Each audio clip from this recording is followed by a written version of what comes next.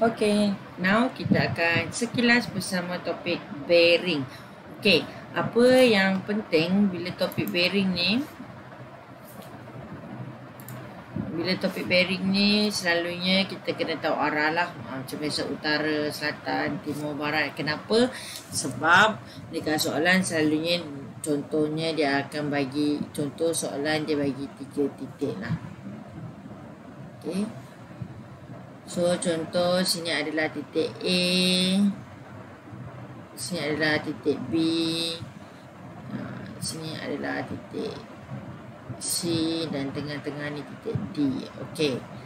So dia akan contohnya dia kata D berada di selatan A. Okey, bila dia cakap D ni berada di selatan A, so kalau sini selatan, utara mesti dekat sebelah atas. D berada di selatan A. So utara dia dekat sinilah nak pandang dia utara. Okey. Kadang-kadang tak semestinya ni kebetulan dia tegak. Contoh kalau dia cakap B berada di selatan D. So kalau B berada di selatan D, selatan, so maksudnya D, arah D ni adalah utara. So dia, sebab itulah kita kena alert lah.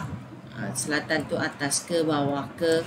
Okay, so contoh soalan ni dia cakap D berada di selatan A. Bila dia cakap D berada di selatan A, automatik kita tahu utara adalah ke arah A. So kita tahulah kalau daripada B ni pun utara dia tegak sama, utara mesti sama macam ni, semua ke arah A.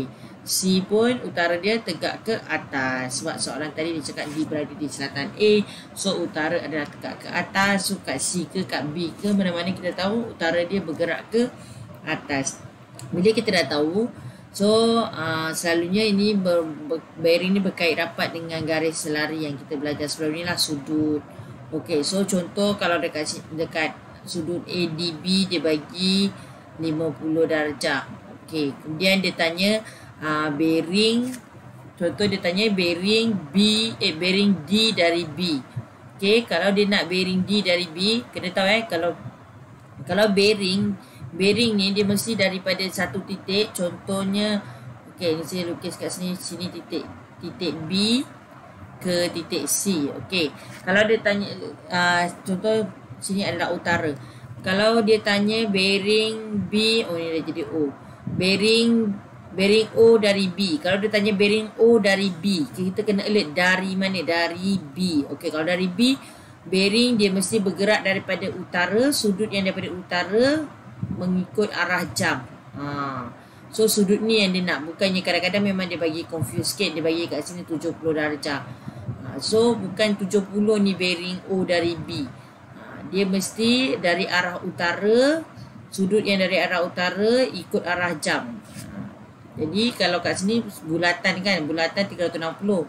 So kita nak tahu sudut dari utara ke ikut arah jam ke O ni 360 tolak 70. Dapatlah bearing O daripada B adalah 290 darjah. Okay. So sama juga kes kat sini. Kalau dia nak bearing D daripada B, so maksudnya kita kena tahu daripada sudut dia daripada utara tu ikut arah jam sampai ke garis D. Okey. So kalau ikut garis selari, kita dah tahu dah kalau sini 50 darjah, kat tepi ni pun kat tepi ni mestilah 130 darjah. Ni kena ingat balik lah hukum-hukum sudut. So kalau ada garis lari kan, kalau garis lari hasil tambah dia adalah 180.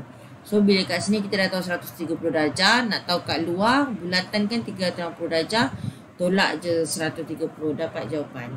So yang penting kamu kena tahu bearing ni, bila dia tanya bearing mesti dari arah utara ikut arah jam, mana sudut dia. Tu yang penting kena tahu. Kemudian kena tahulah hukum-hukum kalau garis selari ni. Okey, kalau garis selari dalam dia hasil tambah mesti 180 darjah. A tambah B 180 darjah. Ataupun kalau selang-seling.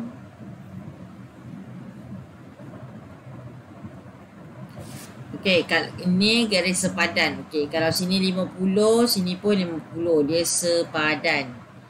Kena ingatlah. Ataupun kalau ada garis selari, Kemudian macam Z ni. Sini sudut dia pun sama juga. Okay. Itu saja. Thank you.